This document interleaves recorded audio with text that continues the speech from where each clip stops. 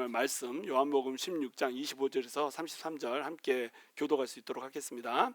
이것을 비유로 너희에게 일렀거니와 때가 이르면 다시는 비유로 너희에게 이르지 않고 아버지에 대한 것을 밝히 이르리라. 그날에 너희가 내 이름으로 구할 것이요 내가 너희를 위하여 아버지께 구하겠다 하는 말이 아니니 이는 너희가 나를 사랑하고 또 내가 하나님께로부터 온 줄 믿었으므로 아버지께서 친히 너희를 사랑하심이라. 내가 아버지에게서 나와 세상에 왔고 다시 세상을 떠나 아버지께로 가노라 하시니 제자들이 말하되 지금은 밝히 말씀하시고 아무 비유로도 하지 아니하시니 우리가 지금에야 주께서 모든 것을 아시고 또 사람의 물음을 기다리시지 않는 줄 아나이다. 이로써 하나님께로부터 나오심을 우리가 믿사옵나이다. 예수께서 대답하시되 이제는 너희가 믿느냐? 보라, 너희가 다 각각 제 곳으로 흩어지고 나를 혼자 둘 때가 오나니 벌써 왔도다. 그러나 내가 혼자 있는 것이 아니라 아버지께서 나와 함께 계시느니라. 다 함께 읽습니다. 이것을 너희에게 이르는 것은 너희로 내 안에서 평안을 누리게 하려 함이라. 세상에서는 너희가 환난을 당하나 담대하라. 내가 세상을 이겼노라. 아멘. 우리 옆에 분들하고 인사하시죠. 강하고 담대하십시오. 이렇게 막 때리려고 하는 분이 있는데 다시 한번 인사하시죠. 주님이 세상을 이겼습니다. 막 이렇게 하니까 70년대 목사 같죠? 70년대에서 막 이렇게 했어요. 저기 모이면 뭐 기도하고 전도하면 흩어지자 막 이런 거. 우리 한번 해볼까요? 내가 모이면 하면 여러분 전도하고 내가 흩어지면 하면 여러분 전도하자. 안 할래요? 고개를 막 이렇게 안 하기로 하겠습니다. 좀 하면 재밌겠구만. 또 안 한대. 자, 요한복음 16장은 고별설교의 마지막 장입니다. 고별설교가 어디서부터 어디까지라고요? 14장부터 16장까지입니다. 그리고 13장에 뭐가 나와요? 내가 너희를 사랑한 것 같이 서로 사랑하라. 너희가 서로 사랑하면 이로써 너희가 내 제자인 줄을 알리라. 이렇게 얘기합니다. 그리고 이제 14장으로 넘어가면서 고별설교를 하는 거예요. 고별설교가 14, 15, 16이면 가장 중요한 핵심이 어디에 들어있을까요? 아니지. 14, 15, 16인데 이 중에 핵심이 어디 들어있겠어? 가운데 들어있습니다. 15장에 딱 들어있습니다. 그럼 15장이 뭐가 나옵니까? 나는 포도나무요 너희는 가지라. 너희가 내 안에 내가 너 안에 있으면 너희가 많은 열매를 맺나니 너희가 나를 떠나서는 아무것도 할 수 없음이라. 이건 다 외우고 있죠? 이건 못 외우고 있으면 안 됩니다. 이 요한복음 15장 5절 아직 못 외운 사람 오늘 외우시기 바랍니다. 자, 그래서 15장이 핵심이에요. 그러면 내가 너희 안에 거하고 너희가 내 안에 거한다는 게 도대체 뭔가?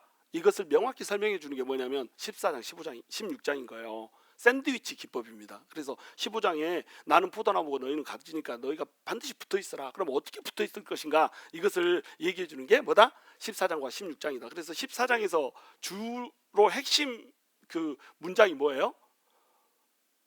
핵심 문장이 근심하지 말라. 내가 성령을 보내줄게. 그 성령이 어떤 성령입니까? 진리의 성령이고 평화의 성령이다.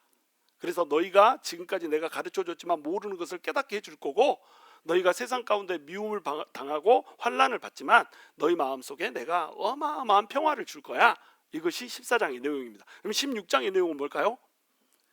근심하지 말라. 성령을 보내줄 거야. 이 성령님이 진리의 성령님이고 평화의 성령님이야. 그래서 성령님이 오면 너희가 진리의 성령이니까 다 너희가 깨닫지 못했던 것을 깨닫게 될 것이고 알게 될 것이고 평화의 성령이라 너희의 마음에 너희가 미움을 당하고 환난을 당하나 평안을 줄 거야. 그리고 이 평화 때문에 오는 이루 말할 수 없는 기쁨이 너희한테 임할 거야. 14장 16장 내용이 어때요? 똑같죠? 그러니까 성령님을 보내줄 거야. 성령님이 진리의 성령이고 평화의 성령이야. 근심하지 말고 두려워하지 마. 이렇게 딱 해놓고 빵을 딱 세워놓고 그 빵 가운데다가 뭘 넣어놨어요? 패드를 넣어놓은 겁니다. 중심 핵심을 넣어놓은 거예요. 그러니까 성령님 안에 거해. 성령 안에 거하면은 너희가 열매를 많이 맺힐 수가 있는 거야. 이렇게 얘기해 주는 거예요. 성령님 안에 거하기만 하면 열매는 맺혀집니다. 근데 여러분 이 성령님 안에 거한다는 게 예수님 안에 거한다는 게 뭐냐? 성령으로 충만하다는 거거든요. 얼마나 성령으로 충만한가 이것에 따라서 열매가 먹을 만하기도 하고 먹지 못할 만하기도 합니다. 우리 집에 우리가 무화과 나무 있다고 그랬죠?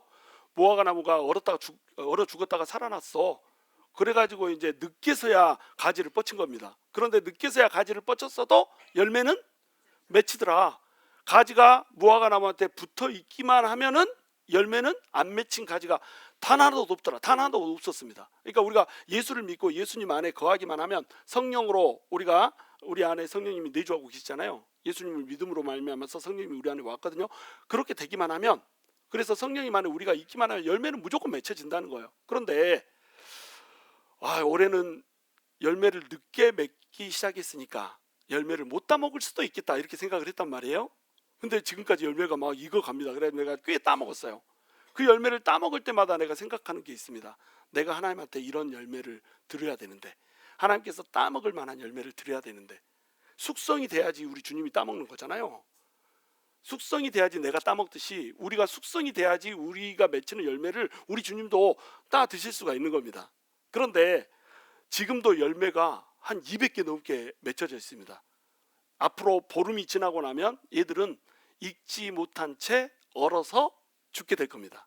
열매를 맺혀도요, 먹을 수 있는 열매가 있고요, 먹지 못할 열매가 있습니다. 빨리 맺혀져서 계속 진액을 많이 빨아들인 이 열매들은요, 너무너무 달아요. 말랑말랑할 때 제가 딱 따거든요. 조금 딱딱할 때 욕심내 가지고 따잖아요. 그러면 씁쓸합니다. 떨떠름해요. 별로 맛이 없습니다. 근데 이게 너무 막 잘 익었잖아요. 그러면은 이걸 따먹으면 어때요? 기쁨이 내 안에서 막 넘쳐 흐릅니다. 우리 주님이 우리에게 원하는 게 그거예요. 우리가 성숙한 크리스찬이 되잖아요. 근데 성령으로 충만해가지고 성령의 열매를 맺혔는데, 그 열매가 성령으로 충만해서 아주 잘 숙성된 이런 열매를 맺히잖아요. 그러면은 우리 하나님의 기쁨이 되는 거예요, 우리가. 근데 열매를 맺혔어도 안 익어버리면 어때요? 숙성이 안 되고 미숙해버리면 어때요? 주님 앞에 떨떠름해. 주님이 그걸 따먹으려다가 이렇게 해버린단 말이에요, 주님이. 그 법칙이 영적으로도 그대로 적용이 되는 거예요. 여러분, 그래서 우리 주님께서 우리에게 원하는 것은 어떤 거냐면 완숙한 사랑입니다. 미숙한 사랑이 아니에요. 이 버나드라고 하는 사람을 혹시 아세요? 옛날에 수도사 중에 버나드라고 하는 사람이 있습니다. 이 버나드라고 하는 사람이 사랑의 신학, 사랑의 영성 이래가지고 하나님을 잘 믿는 이 방법을 뭘로 설명을 하면 사랑으로 설명을 해요. 그래서 사람한테 네 가지의 사랑이 존재를 한다는 겁니다. 오늘 주보에 이제 이미 읽고 온 사람들은 쉬울 거예요. 네 가지의 사랑 중에 첫 번째 사랑이 뭐냐면 자기를 위해서 자기를 사랑하는 겁니다. 자기를 위해서 자기를 사랑하는 거, 이것은 본능적인 사랑이에요. 본성적인 사랑. 사람이 다른 사람을 눈여겨볼 시간이 없습니다. 여유가 없습니다. 나한테 유익이 되면 돼. 나한테 이득이 되면 돼. 이것이 모든 자연인, 다시 해서 예수 그리스도를 믿지 않는 사람들의 사랑의 속성이에요. 여러분들 예수 믿지 않고 막 남편하고 만났을 때 남편이 사랑해 막 이러니까 진짜인 줄 알았죠? 결혼해서 보니까 어때요? 그놈이 지밖에 몰라. 그렇잖아요. 나도 그랬어요. 우리 이분 사모 거의 막 그 사람을 위해서 죽기도 할 것처럼 내가 사랑한다고 고백하고 막 이랬거든요.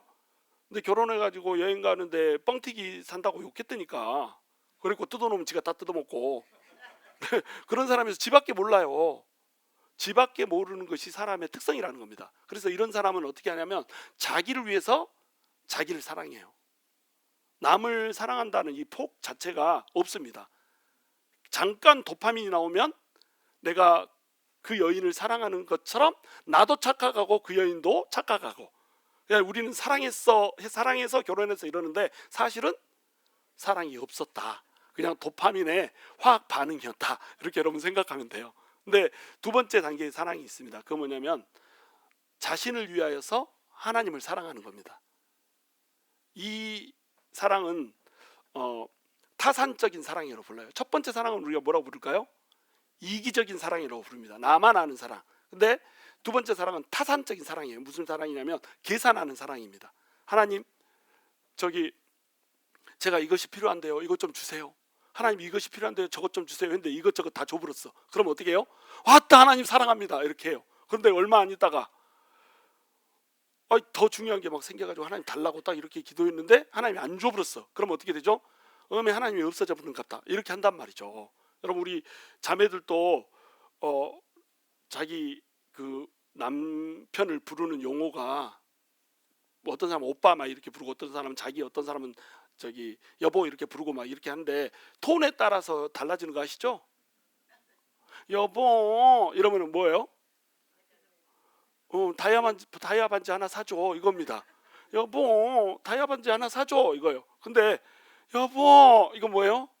아유 다이아 사줬네 고마워 여보 이거예요. 근데 여보 이런 뭐예요? 10분 후에 10분 전에 여보 이렇게 가지고 다이아 반지 사줬다고 좋아했어. 근데 10분 후에 여보 이럽니다. 왜 그럴까요? 똥 싸고 똥을 안 내렸어. 불과 10분 전에 여보 이랬잖아. 불과 10분 후에 여보 막 이런단 말이에요. 타산적인 사랑입니다. 아니 2kg짜리 다이아 사줬으면 10분 후에 똥 안 내렸어도 좀 자기가 내리고 아이고 다이아로 퉁쳐줄게 이러면 얼마나 좋아요. 우리가 하나님을 사랑할 때도 똑같이 그런단 말이에요. 하나님 이거 주세요 저거 주세요 근데 주는 것 같으면 어때요? 막 받으면은 하나님 너무 있는 것 같아. 근데 갑자기 하나님이 주라는 걸 안 주고 기도했는데 기도 응답이 안 와. 그러면 하나님한테 뭐라고 그래요? 하나님 이렇게 하잖아요 우리가. 그래 안 그래요? 오빠 하듯이 여보 하듯이 하나님 왜 나한테 이러세요? 지금까지 해준 걸 어디 갔어? 하나님 도대체 나한테만 왜 이렇게 안 주세요? 저 사람 다 주고 그 전에 많이 줬잖요. 그런데 안 줬다라고 생각을 하는 겁니다. 이걸 뭐라고 하냐면 타산적인 사랑 이렇게 부르는 거예요. 근데 세 번째 사랑이 있습니다. 이 세 번째 사랑은 하나님을 위하여 하나님을 사랑하는 겁니다. 이 사랑은 이타적인 사랑 이렇게 얘기해요. 그러니까 하나님이 내 기도를 막 많이 들어줬어. 기도하면서 이제 뭐 기복적인 신앙 첫 번째 사랑이 그 두 번째 사랑이 이제 타산적인 사랑이면서 동시에 기복적인 사랑이잖아요. 이 기복적인 사랑이 우리한테 필요할까요 안 할까요? 필요합니다. 우리가 복을 필요로 하는 존재가 아니고 결핍된 존재가 아니면요 하나님을 찾을 이유가 없습니다. 우리가 물론 지옥까지 않기 위해서 하나님을 찾아야 되지만 지옥이라고 하는 개념 자체가 사람들 머릿속에 없어. 천국 지옥이 믿지 않는 사람들 머릿속에 있어요 없어요? 없습니다. 천국 지옥은 믿지 않는 사람들 머릿속에는 그냥 판타지 월드요. 없는 거요. 그렇죠? 근데 하나님을 찾을 때 왜 찾아요? 하나님을 믿으면은 내 앞에 있는 이 산을 옮겨준다니까 하나님한테 찾아왔어. 그걸 뭐라고 불러요? 기복이라고 부릅니다. 그 기복만 찾으면 기복신앙이 되는 거고요. 그러니까 기복은 나빠요 좋아요? 좋은 겁니다.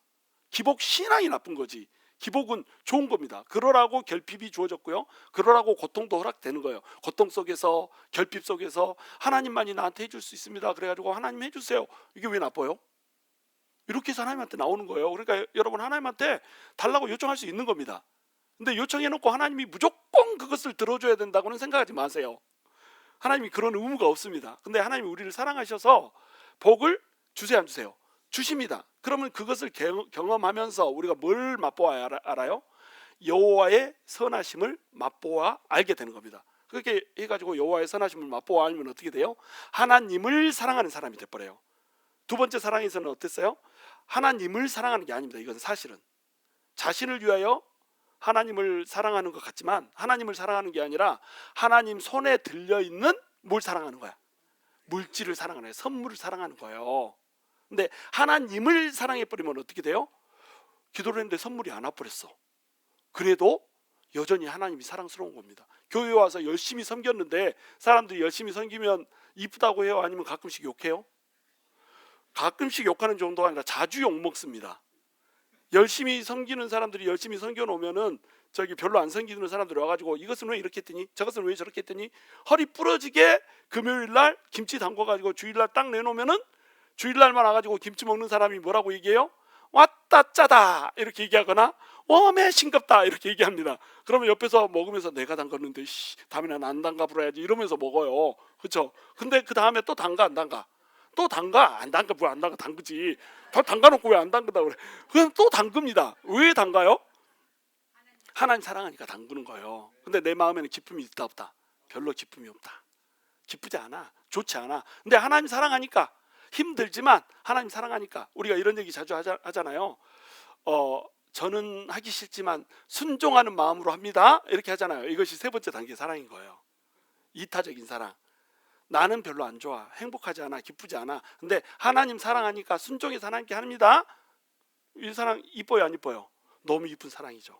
이런 사람들 때문에 교회가 돌아가는 겁니다. 이런 사람들 때문에 성도들이 혜택을 입는 겁니다. 이런 사랑은 너무너무 소중한 사랑이에요.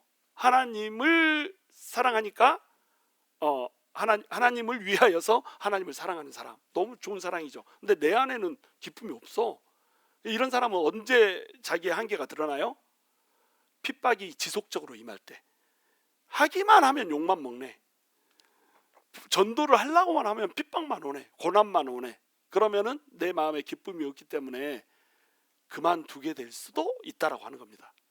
그런데 네 번째 단계의 사랑은 뭐냐면 하나님을 위하여 자기를 사랑하는 사람입니다.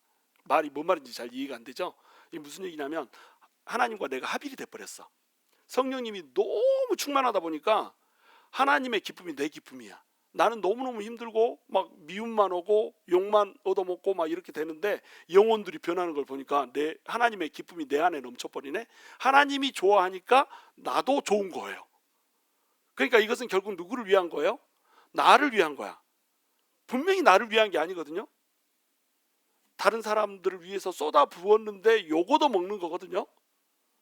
핍박이 오고 미움이 오고 환란이 오는 거거든요. 근데 환란이 오는데도 어때요? 담대하게 하는 겁니다. 왜? 기쁨이 넘쳐버리기 때문에. 이것을 어떤 사랑이라고 불러요? 훌륭한 사랑이라고 부르는 겁니다. 뭐 있는 줄 알았죠? 아무것도 없어. 그냥 훌륭한 사랑이야. 이런 사랑이 완전한 사랑. 우리 하나님께서 원하시는 열매입니다. 이것을 하나님께서 우리한테 따먹기를 원하세요. 그래가지고 하나님께서 내 안에 거해라. 그리고 내가 네 안에 거하게 해라. 그러면 열매를 많이 맺는다. 근데 그 열매가 따먹을 만한 열매였으면 좋겠다. 이게 우리 하나님께서 우리한테 요구하시는 사랑입니다. 물론 이제 버나드라고 하는 사람이 다 모든 부분을 존경할 분은 아니에요. 이분은 중세 시대에 있었던 수도사들은 전부 다 이제 로만 캐톨릭이잖아요. 로만 캐톨릭의 한계는 뭐예요? 예수님과 우리 하나님 사이에 아무것도 없어야 되잖아요. 우리와 하나님 사이에 예수님 한 분, 중보자 예수님 한 분밖에 없어야 됩니다. 근데 이 사이에다 누구를 갖다 놓냐면 마리아를 갖다 놔요. 버나드가 이제 이것을 기폭제 역할을 했던 사람입니다. 그래서 우리가 예수님께 나아가고 예수님께 나아가면 하나님께 예수님을 통해서 나아갈 수 있다. 이렇게 이제 우리 예수님이 가르쳐 주셨단 말이에요. 그런데 버나드나 또는 이 중세시대 수도사들은 이걸 어떻게 생각했냐면 예수님한테 바로 우리가 나갈 수 없고 마리아를 통해서 나아가면 마리아가 이제 예수님한테 이끌게 해주고 예수님이 우리를 하나님께 이끌게 해준다. 하나를 더 넣어버린 거예요. 근데 성경에서는 이렇게 가르친 적이 없죠. 하나님도 한 분이시고 또 중보도 한 분이시다. 그래서 버나드가 전적으로 이제 그렇게 존경을 받을 만한 그런 분은 아니다. 한계가 있다. 로만 캐톨릭으로서의 한계가 있는 겁니다. 근데 이분에게 우리가 존경해야 될 부분은 어떤 분이에요? 사랑의 영성이라고 한 부분. 하나님과 교제가 너무너무 깊고 수도사가 하루 종일 뭐 하겠어요? 말씀 읽으면서 기도하면서 하나님과 교제하겠죠. 바로 그것 때문에 오는 하나님과의 사랑의 관계, 이것만큼 우리가 무시할 수가 없다는 거예요. 그래서 이 수도원의 영성을 가진 사람들이 대부분 로만 캐톨릭이어서 한계를 가지고 있음에도 불구하고 우리가 그들을 연구하고 또 그들을 공부하고 그들을 배우려고 하는 이런 측면이 왜 있냐? 바로 그런 것 때문에 그래요. 하나님과의 진짜 교제, 하나님을 진짜로 사랑하는 것, 네 번째 단계로서의 그 하나님과의 합일된 사랑, 요거를 우리가 이루기를 원하기 때문에 여전히 그들을 이제 공부를 하는 겁니다. 이해가 되시죠? 자, 이 말씀을 내가 굉장히 서론을 길게 했는데 이래놓고 30분 안에 끝낼 수 있겠느냐? 끝낼 수 있습니다. 이 말씀을 해줘야지 그 다음들이 쭉 이제 풀리는 거예요. 25절 함께 읽습니다. 시작. 이것을 비유로 너희에게 일렀거니와 때가 이르면 다시는 비유로 너희에게 이르지 않고 아버지에 대한 것을 밝히 이르리라 이렇게 얘기했죠. 자, 우리 예수님께서 비유로 지금까지 일렀어요. 비유로 말해주는 데는 두 가지 목적이 있습니다. 첫 번째 목적은 뭐냐면 수준이 너무 낮아가지고 진짜를 이해를 못할 것 같으면 비유로 얘기를 해줍니다. 우리 주일학교 설교를 하면서 제가 지금처럼 설교를 해버리면 주일학교 학생들 어떻게 될까요? 나 올라타버립니다. 꽉 내가 저기 장애우 사역할 때 얘기해줬죠. 장애우 사역할 때 5분 설교하면 장애우들이 와가지고 깨물어 버립니다. 막 손 깨물어 버려요. 그만해, 말이 너무 많아. 막 이렇게 여러분하고 별 차이가 없어. 시간 좀 길이만 차이가 있지 5분은 못 견딥니다. 그러니까 이때는 어떻게 설교를 해야 되겠어요? 그림을 그려가지고 막 설교를 해야 됩니다. 막 이렇게 실 달아가지고 쫙 끌어당기면은 막 무덤 문이 열리고 막 요나가 저기 바디메오가 쓸딱 당기면 눈 떠불고 막 이런 걸로 해야 된단 말이에요. 그러니까 막 제가 주일학교 할 때는 그 스프링 달린 칼 있죠? 그런 거 들고 와가지고 내가 찔러서 내가 죽는 척하고 막 죽은 채로 막 말하고 있다가 막 이렇게 그런 식의 설교를 했단 말이에요. 왜? 감각적으로 이미지로 보여지는 설교를 해야 되기 때문에 그래서 비유로 설교를 하는 거예요. 예수님이 비유로 가르쳐진 이유, 그 이유는 뭐냐면 비유로 해줘야만 깨달을 수 있기 때문에. 그래서 예수님께서 대부분 어떤 그 예를 들어서 비유로 든 것이 실생활 속에 있는 거였습니다. 저기 들판에 핀 백합화를 봐라 이렇게 얘기할 때 실제로 백합화가 거기에 펴 있었을까요? 안 펴 있었을까요? 펴 있었습니다. 예수님이 쫙 이렇게 지나가면서 백합화가 펴져 있으면 그때 가르치는 거예요. 저기 백합화를 봐라. 우리 김미경 집사님 앞뒤로 가르치면서 저기 저 백합화를 봐라. 백합화 웃고 있다. 이렇게 이렇게 하면은 그걸 보면서 아 백합화, 딱 이쁘네. 그 이쁜 것을 누가 입혔냐? 하나님이 입혔다. 그러니까 너네도 입히겠냐 안 입히겠냐? 저거 금방 그 시궁 아궁이로 들어가서 태울 텐데 그래도 입혔다. 입히겠냐 안 입히겠냐? 그러니까 오면 입히겠네요. 이렇게 생각한단 말이에요. 그렇게 가르쳤다는 겁니다. 그리고 나서 좀 이따 지나가는데 새가 짹짹짹 하고 날아가는 거예요. 저기 날아가는 참새를 봐라. 저 참새가 하나 쌀이온에 2마리가 팔리는 겁나게 싼 거 아니냐? 1센트만 1불만 주면 2마리 파는 것이 참새 아니냐? 근데 저 참새가 떨어지디 안 떨어지디? 날아가다 말고 갑자기 나무에다 부딪혀갖고 정신을 혼미하디 안 하디? 안 하지. 누가 지키냐? 하나님이 지킨다. 그러니까 너네도 지키냐 안 지키냐? 이렇게 얘기해 줬던 겁니다. 다 보고 여기 참포도나무의 비유도 틀림없이 우리 주님이 지나가면서 포도원을 지나갈 때 이 가르침을 줬을 거예요. 지나가면서 나는 참포도나무다잉 이렇게 했을 거다 안 했을 거다? 했을 거다. 비유로 다 얘기를 해줬습니다. 왜? 수준이 낮아. 아직 하나님 나라의 비밀을 얘기해주면 그것을 다 깨달을 수가 없으니까 딱 비유를 맞춰가지고 얘기를 해주잖아요. 그러면 이게 잘 깨달아지는 겁니다. 그래서 제가 무화과 나무 비유를 여러분한테 해줬잖아요. 그렇다고 제가 여러분을 수준 낮게 보는 건 아닙니다. 그런데 그렇게 비유를 해주니까 어때요? 마음에 훨씬 잘 다가오죠. 이렇게 하려고 비유를 해주는 거예요. 두 번째는요, 비유로 얘기하는 이유가 정반대로 감춰놓으려고 비유로 얘기를 해주는 겁니다. 그러니까 하나님한테 들어오도록, 하나님 나라에 들어오도록 택정이 돼 있는 사람들이 있어요. 이런 사람들은 알아먹는데 택정이 안 돼 있는 사람들은, 완악한 사람들은 못 알아먹고 못 들어오게 되는 겁니다. 그래서 택정된 사람과 안 된 사람에게 차이를 주는 거예요. 비유를 얘기했는데 이것을 알아먹으면 택정된 사람이야. 그래서 이건 누구한테는 감췄어요? 택정되지 않은 사람한테는 감춰져 있습니다. 아무리 무슨 얘기를 해줘도 못 알아먹어요. 진짜를 말해줘도 못 알아먹고 비유로 말해줘도 못 알아먹어. 근데 택정된 사람은 어때요? 비유로 딱 말해주잖아요. 그러면 어이구야 세상에 그런 뜻이었네요 하고 들어온단 말이에요. 그런데 또 들어온 사람들 중에서도 비유로 말해주면서 감추고 싶은 게 있습니다. 뭐냐면 나중에 있게 될 환난 막 이런 것이 있다. 그러면 알아먹어요? 못 알아먹어요? 알아먹어도 아따 나는 거기 안 갈랍니다 이렇게 된단 말이에요. 그러니까 이걸 뭘로 얘기해줘요? 비유로 얘기해 준단 말이에요. 비유로 얘기해주지 않으면 아예 그 안에 들어오지를 않으니까. 그래서 감춰놓습니다. 우리한테도 우리가 앞날을 잘 모르게 해놓잖아요. 앞날을 모르게 어두침침하게 해놔야지 우리가 어때요? 바로 등 앞에 비춰지는, 발등상에 비춰지는 그 등불을 보고 갈 수 있게 된단 말이에요. 그 발등상에 비춰지는 그 등불이 뭐예요? 하나님의 말씀이잖아요. 말씀이, 주의 말씀이 내 발등상에 등불이나, 말씀 보고 말씀을 주신 하나님을 바라보면서 한 발 한 발 한 발 걷게 하려고 우리의 장래를 모르게 한단 말이에요. 근데 우리는 장래를 알고 싶어 하잖아요. 장래를 알고 싶어 하는 그 자체가 죄가 될 때도 있다. 하나님께서 일부러 가둬놓고 하나님을 바라보게 하는데 하나님 바라보지 않고 장래에 대한 불확실성을, 장래를 알므로써 극복하기를 원해. 그래서 하나님으로부터 멀어져 버리면 이게 뭐가 되는 거예요? 이게 죄가 되는 겁니다. 그래서 하나님이 비유로 주신 거예요, 우리에게. 근데 제자들한테 이제 비유로 이렇게 해가지고 계속 말씀을 해주셨단 말이에요. 그런데 이제는 비유로 얘기를 안 하겠다는 겁니다. 비유로 얘기해 줄 필요가 없다는 거예요. 언제는?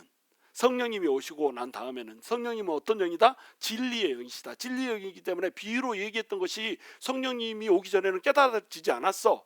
알았네요. 대충 뭔 말인지 알겠어요. 이랬어도 진짜로는 알아 몰라? 몰라. 그러니까 성령, 진리의 영이신 성령님이 딱 오면 그 말이 이 말이었구나 하고 깨달아진다니까요. 내가 너희에게 보여줄 표적은 요나의 표적밖에 없다 이렇게 얘기하잖아요. 비유입니다. 이건 음란하고 패역한 세대가 표적을 구하나니 내가 너희에게 보여줄 표적은 뭐밖에 없다? 요나의 표적밖에 없다 이렇게 얘기해 준 겁니다. 그렇죠? 이건 비유예요. 자, 그러면 우리는 이제 성경을 아니까 다 알아. 이게 무슨 말인지. 예수님이 죽고 3일 만에 부활할 거라고 하는 사실을, 그걸 얘기하는 거라고 하는 것을 알아. 우리는 물론 여기에 모르고 있는 눈 깜빡깜빡 이렇게 모르고 있는 사람들도 있지만 대부분의 성경을 좀 아는 사람 알아요, 몰라요? 알아. 근데 이 시대에 사는 사람들은 알았을까 몰랐을까? 모른단 말이에요. 그래서 비유로 얘기를 한 겁니다. 너희가 이 성전을 헐라 내가 3일 만에 다시 이렇게 세우리라. 이 말을 했을 때 제자들은 이 말이 뭔 말인지 알았어요, 몰랐어요? 몰랐습니다. 이 말이 무슨 뜻이냐면 나를 죽여라 그러면 내가 3일 만에 부활하리라 이 말이거든요.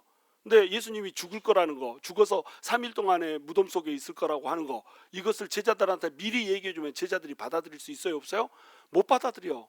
제자들은 지금 제2의 두 번째 사랑 이걸로 온 거잖아요. 내가 복 받으려고 온 거잖아요. 예수님이 하나님의 나라를 세울 때 나는 영의정, 좌의정 또는 우의정 막 이거 하려고 예수님한테 나온 거잖아요. 기복신앙으로 나온 겁니다. 근데 기복신앙으로 나온 사람들 앞에 야 나 십자가 지고 죽는다이, 그때는 너희도 죽을지도 모른다 막 이렇게 하면 따라와요, 안 따라와요? 안 따라옵니다. 그러니까 비유로 얘기하는 거예요. 요나의 표적, 성전을 헐라 3일 만에 내가 이렇게 해놓은 거예요. 근데 예수님이 죽고 부활해버렸어요. 이제 그러면 비유로 얘기할 필요가 있다 없다? 없다는 거예요. 이제 다 밝히 얘기한다는 겁니다. 모든 이 하나님에 대한 비전과 하나님에 대한 장래일들이, 예수님에 대한 장래일들이, 성도들에 대한 장래일들이 풀려버린다는 거예요. 그래서 이제는 비유로 얘기하지 않을 거다. 근데 이제 26절 함께 읽습니다. 시작. 그날에 너희가 내 이름으로 구할 것이요 내가 너희를 위하여 아버지께 구하겠다 하는 말이 아니니. 자, 그날에 너희가 내 이름으로 구할 것이다. 내가 너희를 위하여 아버지께 구하겠다 하는 말이 아니다. 이것이 예수님이 우리를 위해서 중보하지 않겠다는 얘기가 아닙니다. 이 말을 오해하면 안 돼요. 예수님은 지금도 우리를 위해서 중보하세요, 안 하세요? 하십니다. 지금도 하나님 보좌 우편에서 우리를 위해서 중보하고 계시는 게 우리 예수님이시고요. 우리 예수님의 성령님이 우리 안에 들어와가지고 이루 말할 수 없는 탄식으로 안타까워하면서 우리 대신에, 우리는 졸기도 하고 자기도 하고 주무시기도 하면서 기도하지 않지만 누가 우리 안에서 기도해요? 성령님이 안타까운 심정으로 우리를 위해서 간구하고 있습니다.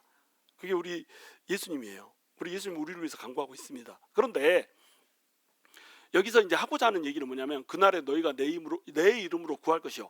직접 구한다는 겁니다. 누구 이름으로? 예수님의 이름으로. 왜 이렇게 되냐면 하나님과 우리가 원래 우리가 죄인이기 때문에 어떤 관계였어요? 원수 관계입니다. 원수. 여러분 이거 생각해 보세요. 우리 집에 아버지가 있어. 그리고 이웃집에 또 아저씨가 있어. 근데 우리 아버지하고 아저씨하고 원수지간이야. 우리 아버지는 죽고 없어. 그럼 나는 이제 지금 고아란 말이에요. 그래가지고 내가 너무 힘들어가지고 아저씨한테 가서 아저씨 나 아우디 한 대만 사주세요.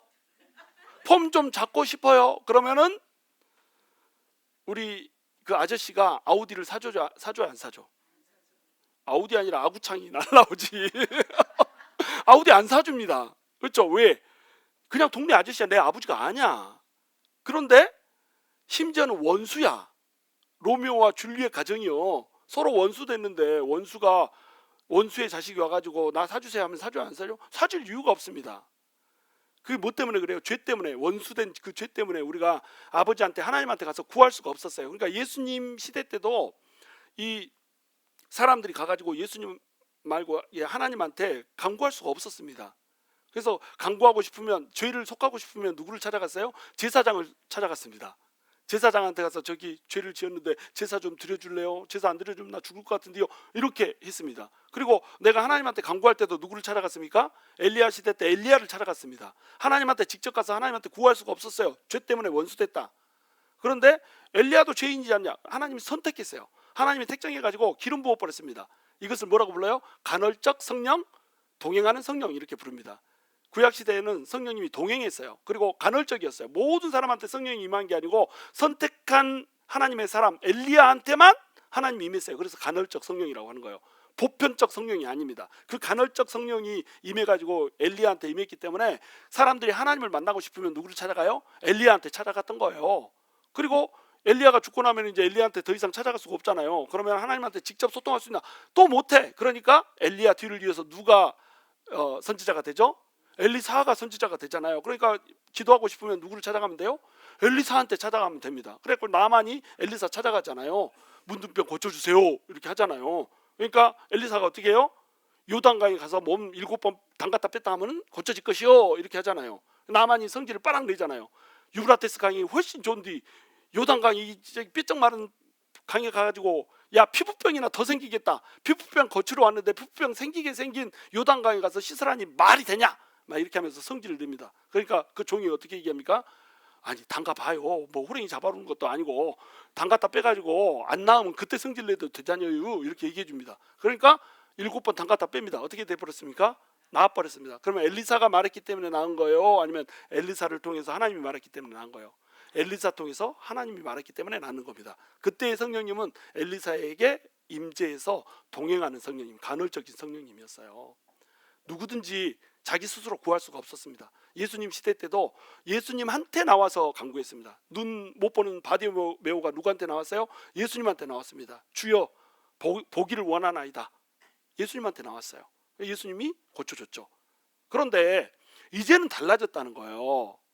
예수님이 십자가에서 우리 죄를 대신 지고 피를 흘려가지고 돌아가셔 버렸습니다. 그러면서 우리 죄가 씻어져 버렸어요. 그러면 예수님의 십자가의 피로 우리가 어떻게 돼 버렸습니까? 하나님과 우리 사이가 더 이상 원수가 아니야. 이제 화평하게 돼 버렸어요. 아, 네 죄 없네. 그러면 나랑 친하게 지내자. 이렇게 됐는데 예수님이 거기서 끝난 게 아니라 죽고 부활하셔가지고 승천한 다음에 아버지한테 가서 어떻게 해버렸어요?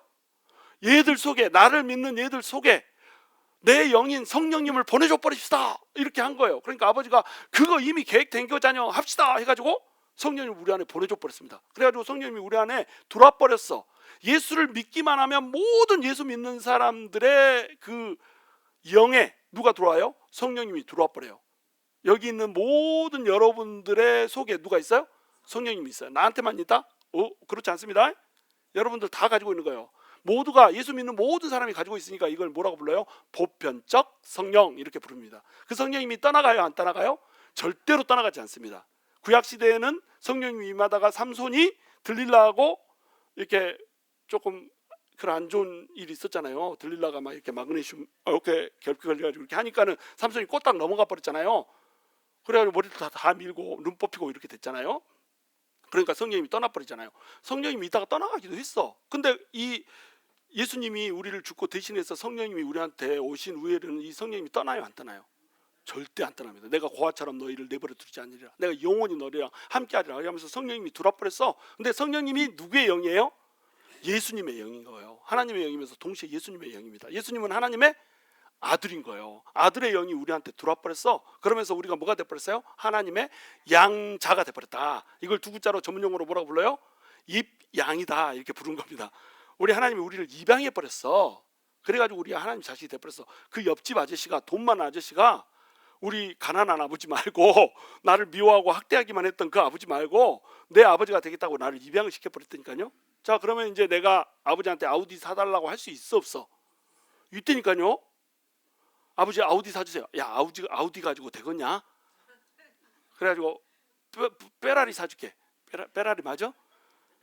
람보르기니 사줄게. 막 이렇게 가지고 람보르기니를 뽑아줘 본다니까. 아버지께. 응? 여기서는 아멘 안 해요. 우리 아버지가 돼버렸어. 우리는 자녀가 아들 딸이 돼버렸고, 이걸 해준 분이 누구예요? 예수님인 거예요. 예수님의 이름이 없으면 우리가 아들 딸이에요? 아니에요? 아니요. 그러니까 그냥 우리가 하나님한테 그냥 나가서 기도하잖아요. 그러면 너는 내 왼수인데?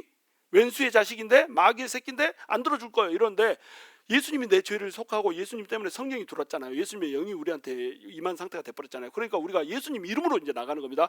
예수님의 이름으로 딱 이렇게 딱 하잖아요. 그 순간에 자, 내가 예수님을 믿습니다. 나는 당신의 아들입니다. 이렇게 고백하는 게 되는 거예요. 그 이름으로 가가지고 하나님 아우디 딱 그러면은 페라리가 딱 와 있다니까. 여러분 진짜로 이런다는 얘기 아닙니다. 또 하나님 아우디 주세요. 여러분이 알 수 있게 비유로 얘기해 주는 거예요. 비유로. 그러니까 지금부터는 이제 뭘 어떻게 하라는 거예요? 예수의 이름으로 너희가 마음껏 구하라 이렇게 된 겁니다. 구하는 것을 너희가 얻으리라. 뭐 구하는 것은 무엇이든지 얻으리라. 왜 이렇게 됐다는 거예요? 예수님이 우리를 대신해서 죽으시고 성령님을 보내주심으로 말미암아서 우리가 하나님의 아들이 돼버렸어. 하나님의 딸이 돼버렸어. 그래서 우리가 정말로 성령으로 충만해가지고 그 네 번째 사랑, 하나님과 우리 사이가 완전한 사랑이 이루어지고 더 합일이 된 이런 상태가 돼버리잖아요. 그러면 성령님이 우리 안에서 그냥 나를 통해서 일어버리는 이런 상태가 돼버린단 말이에요. 그러면 어떻게 된다는 거예요? 우리가 구하는 것은 뭐든지 들어진다는 겁니다. 자, 그리고 이제 27절 함께 있습니다. 시작. 이는 너희가 나를 사랑하고 또 내가 하나님께로부터 온 줄 믿었으므로 아버지께서 친히 너희를 사랑하심이라. 자, 이것이 뭐 때문에 이루어진다는 거예요? 사랑 때문에 이루어진다는 거예요. 누구만 이런 은혜를 받을 수 있냐? 예수님을 사랑하는 자만 이런 은혜를 받을 수 있습니다. 메시아를 사랑하는 자만, 하나님께서 보내주신 우리 죄를 씻어주기로 약속된, 그래서 진짜 씻어주신 그 예수 그리스도를 메시아로 믿는 사람만, 그래서 그 사람을 믿어서, 그분을 믿어서 사랑하는 사람만 하나님의 사랑을 받을 수 있는 거예요. 왜요? 그게 있어야지 우리 죄가 씻어지기 때문에 하나님 아버지하고 우리의 원수 관계가 끊어지는 겁니다. 비로소 그때 우리가 하나님의 자녀가 되는 거예요. 그러니까 하나님의 자녀를 왼수라고, 우리 아버지가 자기 자식을 왼수라고 생각하지 않잖아요. 우리 어머니는 아들인데도 불구하고 이 천년만년 대문둥이 내 왼수들 저것들을 내가 왜 낳나 막 이렇게 할 때가 많이 있었긴 했지만, 힘들 때마다 저 천년만년 왼수 막 이렇게 우리를 불렀어요. 천년만년 왼수래. 그럼 우리가 뭐라 하는지 아세요? 천년만년 살게 이렇게 얘기했습니다. 천년만년 사세요. 왼수로 삽시다. 오래 살면 좋지. 막 이렇게 얘기하고 막 이랬는데, 우리 엄마가 진짜로 우리를 왼수라고 생각했을까요? 그냥 하는 말에서 얼마나 우리를 사랑했는지 몰라요. 그냥 간슬게 다 내줄 정도로 우리를 사랑했습니다. 그게 부모란 말이에요. 근데 우리 하나님이 우리가 자녀가 돼버리는 순간에 하나님 우리를 사랑하지 않을 수 없는 겁니다. 사랑하기 때문에 어때요? 조금 엇나가고 조금 삐끗해도 안 들어줄 수가 없는 거예요. 두 번째 사랑, 이기적인 사랑 그거 갖고 가가지고, 저 타산적인 사랑 갖고 가가지고, 하나님 이거 들어주면 우리 아버지고 이거 안 들어주면 우리 아버지 아니에요. 막 이렇게 때를 써도, 깡때를 써도 하나님 들어주신다 안 들어주신다? 들어주신다는 겁니다. 들어주신다는 거예요. 왜요? 새끼니까. 새끼가 아버지 품 떠나가지고 부모 품 떠나가지고 엇나가는 거 우리 하나님 다 아시니까. 우리가 엇나가지 하나님이 엇나가는 건 아니잖아요. 하나님이 야 이제부터는 너 내가 새끼도 아니다 이놈아 이렇게 하지 않는단 말이에요. 하나님 그 완전한 사랑 자체이기 때문에. 그래서 사랑 때문에 하나님께서 일하시는 겁니다. 28절, 내가 아버지께서 나와 세상에 왔고 다시 세상을 떠나 아버지께로 가노라. 이제 비유로 얘기하지 않고 직접 얘기해 줍니다. 내가 아버지한테서 왔다. 그리고 이 세상을 떠나서 이제 다시 아버지한테로 간다. 이게 무슨 말이에요? 내가 죽고 이 세상에 더 이상 없고 부활하고 승천해가지고 하나님한테로 갈 거야. 이 얘기를 해주는 겁니다. 그러니까 제자들이 이제 깨달음이 왔습니다. 어이고 그래요. 제자들이 말하되 지금은 밝게 말씀하시고 아무 비유로도 하지 아니하시니, 이제 요나의 표적 얘기한 적도 하지도 않고, 이제 뭐 그 성전이 허물어진 후에 3일 후에 다시 세워질 거다 이렇게 얘기하지 않고, 아버지한테서 와서 아버지한테로 간다고 직접 얘기하니까, 비유로 얘기하지 않으니까 예수님 이제 알겠네요 이렇게 얘기했다는 거예요. 촐싹되게 이제 얘기하는, 예수님 믿어줘요 막 이렇게 얘기를 했다는 거예요. 자, 30절, 우리가 지금에야 주께서 모든 것을 아시고 또 사람의 물음을 기다리시지 않는 줄 아나이다. 이로써 하나님께로부터 나오심을 우리가 믿습니다. 막 이렇게 한 거예요. 그랬더니 예수님이 반응이 별로 좋지 않습니다. 31절, 예수께서 대답하시되 이제는 너희가 믿느냐? 보라, 너희가 다 각각 제 곳으로 흩어지고 나를 혼자 둘 때가 오나니 벌써 왔도다. 그러나 내가 혼자 있는 것이 아니라 아버지께서 나와 함께 계시느니라. 예수님이 뭐라고 얘기하는 거예요 지금? 너네가 믿는다고? 근데 나 버려두고 떠날 건데, 내가 곧 십자가에 못 박혀 죽을 때 나 내버려두고 다 떠날 것인디? 이렇게 예언을 해주는 겁니다. 그래가지고 실제로 제자들이 어땠어요? 예수님 잡혀갈 때 전부 도망가 버렸습니다. 특별히 마가는 어떻게 했습니까? 혼입을 덮고 자고 있다가 갑자기 들이닥치니까, 그래갖고 예수님 잡아가니까 어떻게 했어요? 혼입을 집어 던지고 알몸으로 도망갔습니다. 이게 어디에 나와요? 마가복음에 나옵니다. 한 청년이 혼이불을 벗어 던지고 알몸으로 도망쳤더라. 마가는 이걸 왜 기록했을까요? 지 얘기를 지가 거기다 집어넣는 겁니다. 이렇게 제자들이 다 도망가서 무서웠어, 두려웠어. 그래서 예수님을 사랑한다고 고백했지만 예수님을 사랑할 수 없었어요. 예수님이 하나님으로부터 온다고 믿었지만 이 믿음을 지킬 수가 있었다 없었다? 없었어요. 믿음도 지킬 수 없었고요, 사랑도 지킬 수가 없었습니다. 왜 그랬을까요? 왜 그랬을까요? 성령님이 안 왔습니다. 성령이 없이는 우리가 우리 믿음도 지킬 수 없어요. 이거 이미 구약시대 때 성령 없이 해보려다가 실패했습니다. 성령 없이는 우리가 사랑한다라고 말하는 것을 지킬 수 있는 능력이 있다 없다? 없습니다. 안타깝지만 우리한테 능력이 없어요. 이거 구약시대에 이미 경험했던 겁니다. 그리고 우리도 경험하고 있습니다. 성령님이 충만하지 않은 상태에서는 우리가 극복할 수가 없어요. 사랑할 수 없는 사람을 사랑한다. 제가 목사지만요, 꼴보기 싫은 사람은 여전히 꼴보기 싫다. 그런데 성령이 충만하면 사랑스러워진다. 여러분, 제가 성도님들이 여러분 있잖아요. 이 성도님들 중에 나를 너무너무 아껴주고 사랑해주는 사람도 있지만, 이 성도님들 중에 굉장히 나를 좀 이렇게 괴롭히는 사람이 있을까요? 없을까요? 우리 교회는 없습니다. 없어요. 감사하게도. 근데 그런 사람이 들어올 수 있을까요? 없을까요? 그런 사람이 들어올 수도 있습니다. 지금은 아니지만 그런 사람이 들어올 수 있어요. 자, 그러면 내가 그 성도를 미워해야 될까요? 사랑해야 될까요? 사랑해야 돼요? 미워하면 안 되나요? 미워하면 안 되나? 안 되나요? 안 됩니다. 사랑해야 됩니다. 근데 내가 인간이잖아. 사랑할 수 있어요? 없어요? 나를 미워해, 나를 힘들게 해. 사랑할 수 있어? 없어? 사랑할 수 없단 말이에요, 인간인 나로서는. 근데 사랑할 수 있는 유일한 방법이 있습니다. 누가 오는 거예요? 성령님이, 내 안에 내주하고 계시는 성령님이 내 안에서 나를 잠식해 버리는 겁니다. 그러면 사랑할 수 있어요? 없어요? 사랑할 수 있다는 거예요. 지금 그 얘기를 하는 겁니다. 자, 이것을 너희에게 이르는 것은 너희로 내 안에서 평안을 누리게 하려 함이라. 세상에서는 너희가 환난을 당하나 담대하라. 내가 세상을 이겼노라. 우리 예수님이 십자가에서 못 박혀서 죽으실 때에 사람들은 예수님이 심판을 당했다 생각했습니다. 예수님이 실패했다 생각했어요. 예수님이 졌다 생각했습니다. 그런데 예수님이 떠나가시고 성령님이 오시면은 세상에 대하여 세 가지를 책망한다고 그러죠. 뭘 책망합니까? 죄에 대하여, 의에 대하여, 심판에 대하여 책망한다. 이걸 벌써 제가 2번이나 설명했어요. 그래서 생략하고 심판에 대하여서 책망한다고 얘기합니다. 심판에 대해서 책망한다는 건 무슨 뜻이에요? 십자가에서 못 박혀 돌아가시는 예수님을 보면서 예수님이 심판받았다, 이렇게 사람들이 믿었다는 거예요. 근데 그 믿음이 잘못된 생각이라는 겁니다. 그러니까 세상이 그렇게 생각할 때 성령님이 오셔가지고 이것을 깨닫게 해주는 거예요. 그것은 틀렸다, 이렇게 해준다는 거예요. 뭐가 맞는 거예요? 그러면 예수님이 심판을 받은 것이 아니라 세상 임금인 마귀가 심판을 받았다. 왜? 예수님이 죽고 부활을 해버렸습니다. 그러면서 죽음, 사망의 권세를 가진 누가? 세상 임금 마귀가 져버렸어요. 죽고 부활을 해버리니까 예수님하고 연합된 모든 사람들은 어떻게 될 거예요? 앞으로 죽고 부활할 겁니다. 그리고 이 예수님이 어떻게 돼버렸습니까? 의로운 자로 인정을 받아가지고 하나님의 인정하시는 의를 가지고 하나님 아버지께로 가버렸습니다. 지금 이제 우리는 어떻게 될 거예요? 예수님하고 연합되어 있는 사람은 모두가 하나님 아버지께로 가가지고 영원히 살게 될 겁니다. 그런 어마어마한 복을 우리가 누리고 있어요. 근데 그 성령님이 어떤 성령님이라고요? 세상을 이기신 성령님이라는 거예요. 이 세상은요, 마귀가 이기는 것처럼 보입니다. 악한 사람들이 이기는 것처럼 보입니다. 그래갖고 세상이 속습니다. 예수 믿는 자들이 심판당했다,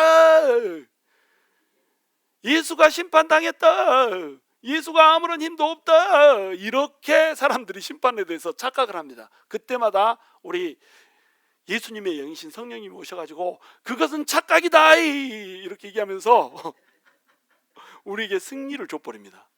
그러니까 환난을 당해요, 미움을 당해요. 예수를 믿는 사람들이 밀리는 것처럼 보여요. 심판당하는 것처럼 보여요. 근데 누가 이겼어요?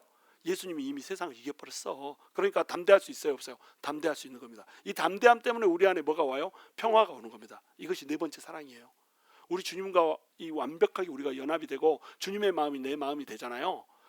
이 세상 따위가, 이 세상의 힘 따위가, 권위 따위가, 돈 따위가 우리를 흔들 수가 없습니다. 그 어떤 상황에도 우리가 흔들리질 않아요. 제가 여러분 어저께 처음으로 8시간을 잤거든요. 신방이 마침 없었어. 그리고 8시간을 내리 잤습니다. 보통 내가 한 서너 시간밖에 못 자거든요. 여러분 추측할 수 있겠죠, 왜 그런지. 그렇게 8시간을 내리 잤어. 근데 내가 그렇게 푹 마음을 놓고 잘 만한 상황이에요, 아니에요? 지금 상황이? 아니요, 곧 임시초소로 이사 가야 된다. 그리고 우리 건물 리모델링 하는데 건물 짓는 값이 막 나와. 견적이 나오는데 150만 불, 막 비싼 건 150만 불, 싼 건 110만 불, 더 싼 건 50만 불 막 이렇게 나와. 50만 불 낸 사람은, 나 다른 사람 150만 불 달라는데 50만 불 달라고, 이거 믿어야 돼, 말아야 돼. 다 걱정거리요, 염려거리요, 근심거리요. 잠이 와요, 안 와요? 원래는 안 와야 돼. 보통 사람이었으면 못 자고 거기 건물 리모델링 하기 전에 수면 부족으로 죽어버렸을 것이요. 근데 나는 8시간 내리 자버린다니까요. 내 안에 근심이 있어 없어? 없어요. 왜요? 내 안에 성령이 계신다. 성령님이 시작하셨고 성령님이 이기신다. 예수님이 우리 교회 준 것도, 이 건물을 허락한 것도 극적으로 기적적으로 예수님이 주셨잖아요. 예수님이 시작하셨으니까 누가 마쳐요? 예수님이 마치는 겁니다. 이 정도 믿음은 우리가 가져야 되지 않겠어요? 우리 생명샘교회는 이 정도 믿음을 가지고 있어요. 건물 때문에 걱정해가지고 잠 안 오신 분 한 분도 없죠? 내가 보니까 내가 제일 걱정해. 내가 제일 걱정해. 근데 나도 8시간 내리 자버리잖아요. 왜? 성령님이 우리 안에 믿음을 시작하신 분, 믿음의 주시오, 온전케 하시는 분, 믿음의 주시오, 이게 뭐라고요? 헬라어로 아르케가 무슨 뜻이라고요? 시작자, 시원자. 믿음을 시작해 있으니까 예수님이 온전케 하는 것, 마치는 것도 예수님이 하시는 겁니다. 완성시키는 것도 예수님이 하시는 거예요. 이 교회도 누가 주셨어요? 시작자가 누구야? 예수님이 시작하셨어. 누가 마칠 거예요? 곽형일이가 안 맞춰. 누가 맞춰? 예수님이 맞춰. 내가 맞추면은 안 되지. 내가 맞추려면 내가 어떻게 맞춰? 이걸 내가 돈 있어? 우리 집 팔아도 150만 불 안 된다. 우리 집 빚내 가지고 산 건데 저거 절반은 은행 돈이요. 근데 누가 시작하셨어요? 예수님이 시작하셨습니다. 누가 맞춰요? 예수님이 마치십니다. 여러분 인생에서의 고난이나 환난이나 고통이나 또는 모든 막힘이나 전부 그 일의 시초에 누가 있냐면 예수님이 있습니다. 예수님이 여러분의 믿음을 시작하셨고요. 또 예수님이 여러분의 행복을 시작하셨고요. 누가 마치세요? 예수님이 마치십니다. 우리의 결론은요, 행복이고 승리고 기쁨이고 평안이고 복인 줄 아시기 바랍니다. 그 예수님 안에 우리가 있기에 오늘 또 우리는 이 넘쳐나는 파도 같은 범람하고 불어오는 풍랑 같은 이 세상 속에서도 예수님의 그 사랑으로 인해서, 예수님의 그 성령님의 그 능력으로 인해서 우리는 오늘 또 담대하고 평화롭게 살 수가 있는 겁니다. 오늘 우리 10년 가운데 그 예수님의 그 성령님의 함께 하시는 사랑, 동행하심, 내주하심, 그것이 물밀처럼 우리 심장을 장악하고 우리 영을 장악하여서 우리가 담대하고 두려움 없이 평안 가운데서 하나님을 사랑하노라 결단하는 귀한 계기가 될 수 있게 되기를 주님의 이름으로 축원합니다.